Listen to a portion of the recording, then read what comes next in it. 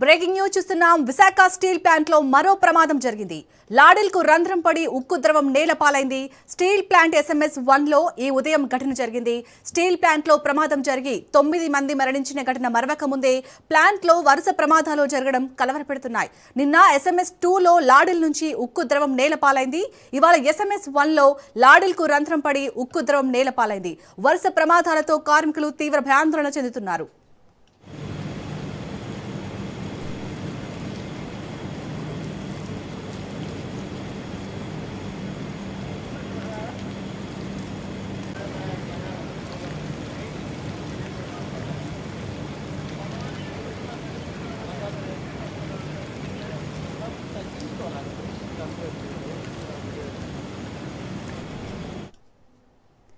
ఇక Visakha steel plant లో అయితే మరో ప్రమాదం జరిగింది. మరిన్ని విషయాలు మా ప్రతినిధి కిరణ్ అందిస్తారు. కిరణ్, అటు ఆల్రెడీ 9 మంది చనిపోయారు విశాఖ స్టీల్ ప్లాంట్ ప్రమాదంలో. మనం 5 రోజులు గడవక ముందే మళ్ళీ వరుసగా ప్రమాదాలు జరుగుతున్నాయి. అసలు ఈ ప్రమాదాలు జరగడానికి కారణం ఏంటి? అక్కడ ఉన్న యాజమాన్యం నిర్లక్ష్యం అనుకోవచ్చా? Good morning Shalini. ఏదైతే తాజాగా మనం చూస్తున్నట్లయితే స్టీల్ ప్లాంట్ వరుస ప్రమాదాలు యావత్ ప్రజానికంతో పాటు అటు స్టీల్ ఉద్యోగుల్లోనూ కార్మికుల్లోనూ తీవ్ర భయాందోళన గురి చేస్తున్న పరిస్థితి కనిపిస్తుంది. తాజాగా మనం చూసుకుంటే ఈ రోజు ఉదయం ఏదైతే ఏ షిఫ్ట్ ఉంటుందో ఉదయం 6:30 గంటల ప్రాంతంలో SMS 1 విభాగంలో లాడెన్ కు రంధ్రం పడి హోల్ పడడంతో మరొకసారి ఏదైతే లిక్విడ్ ఐరన్ ఉందో ఆ ఐరన్ అంతా కూడా పూర్తిగా కింద పడిపోయిన పరిస్థితి నెలకొంది. అయితే ఈ ఘటనలో ఎవరికి ఎటువంటి ప్రమాదం చోటు చేసుకోకపోవడం చాలా గమనార్హం. ముఖ్యంగా మనం చూస్తున్నట్లయితే ఒక రకంగా కార్మికులు కానీ ఉద్యోగులు కానీ అదృష్టవంతులనే చెప్పాలి. ఇటీవల దాదాపు 4 రోజులు అంటే సోమవారం జరిగినటువంటి ఘటన ఏదైతే ఉందో SMS 2 లో జరిగినటువంటి భారీ ప్రమాదం నేపథ్యంలో దాదాపుగా ఇప్పటి వరకు 9 మంది మృతి చెందగా 6 కార్మికులు పూర్తి స్థాయిలో కటకట్లైన పరిస్థితి మనందరికీ తెలిసింది.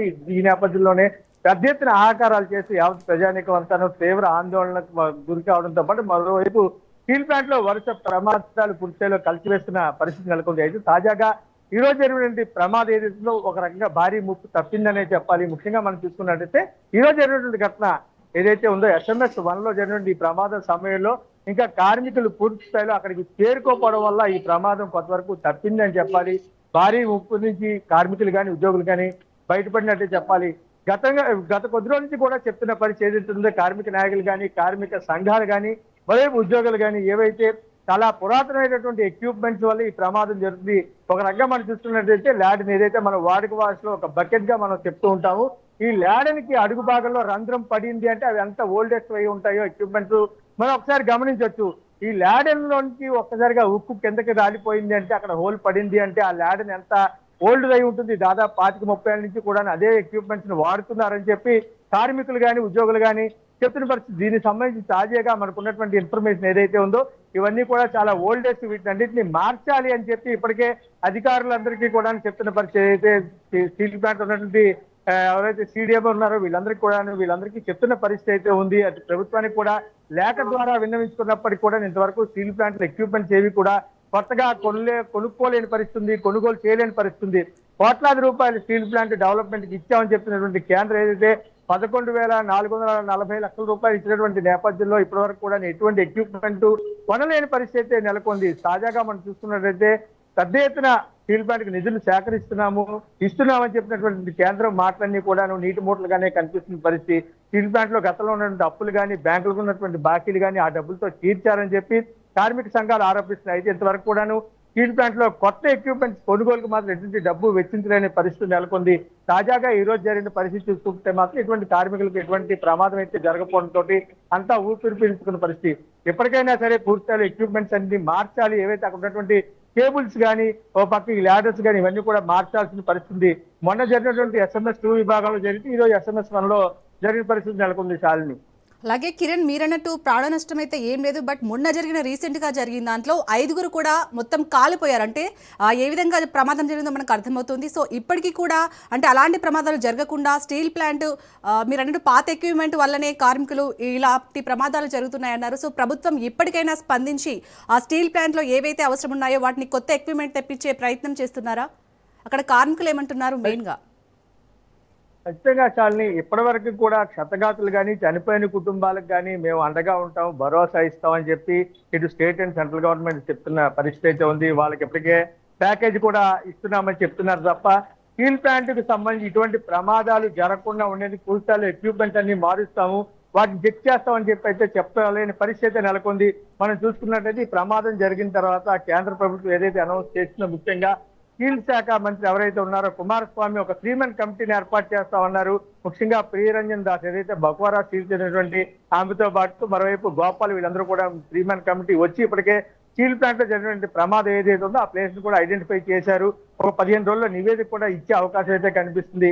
అయితే ఇక్కడ ఎక్విప్మెంట్ లోపం ఏదైతే ఉందో ఇవన్నీ కూడా పూర్తిగా పురాతనమైనవి, పాడైపోయిన పరిస్థితుల్లో వీటిని పూర్తిగా పునరుద్ధరిస్తాము, కొత్త వాటిని ఎక్విప్మెంట్ కొంటామని చెప్పి అక్కడ కూడాను ఈ ప్రభుత్వాలు డబుల్ ఇంజిన్ సర్కారు అనౌన్స్ చేయలేని పరిస్థితి.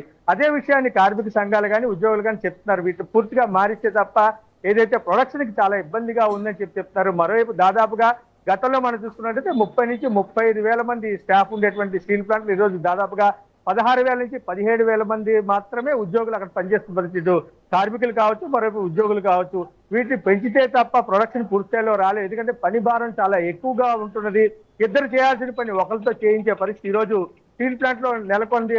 తర్వాత తమకు ఎటువంటి సేఫ్టీ కూడా లేని పరిస్థితి, పని ఒత్తిడి కారణంగా చాలా ఇబ్బంది పడుతున్నామని చెప్పి మొన్ననే మనం చూసాం. రాజ్యసభ ప్రత్యేకంగా క్షతగాత్రులు ఎవరైతే మాట్లాడారో హాస్పిటల్లో చికిత్స పొందినటువంటి అక్కడ ఉన్నటువంటి కార్మికులు కూడా మనతో చెప్పడం జరిగింది. పని ఒత్తిడి చాలా ఎక్కువగా ఉంటున్నది, తాము పని చేయలేని పరిస్థితుల్లో, తప్పనిసరి పరిస్థితుల్లో ప్రొడక్షన్ పూర్తి స్థాయిలో పునరుద్ధరించి పూర్తి స్థాయిలో స్టీల్ ప్లాంట్ లాభాల బాట పట్టిస్తే ఖచ్చితంగా ప్రైవేటీకరించబోము అని చెప్పి గతంలోనే సెంట్రల్ గవర్నమెంట్ కానీ స్టేట్ గవర్నమెంట్ కానీ అనౌన్స్ చేసిన నేపథ్యంలో ఎక్కడ స్టీల్ ప్లాంట్ ప్రైవేటీకరిస్తారు అని చెప్పి భయంతో తాము తప్పనిసరి పరిస్థితుల్లో ఉద్యోగాలు చేస్తున్నామని చెప్పి కార్మికులు చెప్తున్న పరిస్థితి. అయితే ఇంతవరకు కూడా ఎక్విప్మెంట్ కొత్తవి తీసుకొస్తాము, వాటిని అన్నింటినీ పూర్తి స్థాయిలో పునరుద్ధరిస్తామని చెప్పి అక్కడ కూడా ఇటు డబుల్ ఇంజిన్ సర్కారు అనౌన్స్ చేయలేని పరిస్థితి నెలకొంది. ఈ నేపథ్యంలో కార్మిక సంఘాలను కూడా పెద్ద ఎత్తున ఆందోళన చేస్తున్నాయి. చనిపోయిన కుటుంబానికి 25 లక్షలు ఇస్తా ఉంటారు కానీ ₹1,00,00,000 ఇవ్వాలి. వాస్తవంగా నిన్న కూడా మనం చూసాం, ఏదైతే వైసీపీ అధినేత మాజీ ముఖ్యమంత్రి జగన్మోహన్ రెడ్డి యాక్చువల్ గా చనిపోయిన ఫ్యామిలీస్ ఎవరైతే ఉన్నారో ఆ కుటుంబాలకు సంబంధించి ఇప్పటికే వాళ్ళకి రావాల్సిన పిఎఫ్ కానీ గ్రాడ్యుయేట్ కానీ ఇవన్నీ కలుపుకుంటే దాదాపుగా ₹1,45,00,000 వస్తుంది. ఇక అదనంగా స్టీల్ ప్లాంట్ నుంచి ₹25 లక్షల ఇస్తున్నారు. అంటే సుమారుగా మనం చూసుకున్నట్టయితే ₹1,70,00,000 అక్కడి నుంచి వస్తున్న నేపథ్యంలో ప్రధాని అనౌన్స్ చేసింది కేవలం 2 లక్షలు మాత్రమే చనిపోయిన కుటుంబాలకి. అదేవిధంగా గాయపడిన వాళ్ళకి ₹50,000 ఇస్తామంటున్నారు. ఇంకా ప్రత్యేకంగా గవర్నమెంట్ ఇచ్చిన సొమ్ము అంటే ఏముంది? కూటమి సర్కార్ ఇస్తున్నటువంటి అమౌంట్ ఏదైతే ఉంది ఏమీ లేదు కదా. కేవలం స్టీల్ ప్లాంట్ వాళ్ళు ఇస్తున్న డబ్బులే వీళ్ళు ఇస్తున్నారు తప్ప ఇది మాది అని చెప్పి అనౌన్స్ చేసుకుంటున్నారు. అదే మేము అధికారంలోకి వస్తే ఖచ్చితంగా ₹1,00,00,000 ఇస్తాము నష్టపరిహారం అని చెప్పి చెప్తున్న పరిస్థితి జగన్మోహన్ రెడ్డి. అయితే ఇక్కడ మనం ప్రధానంగా ఆలోచించవలసింది ఏంటంటే స్టీల్ ప్లాంట్ లో ఎక్విప్మెంట్ పూర్తి స్థాయిలో మారుస్తామని చెప్పి మాత్రం ఎవరు కూడా అనౌన్స్ చేయలేదు. చాలని రైట్, థ్యాంక్ యూ కిరణ్.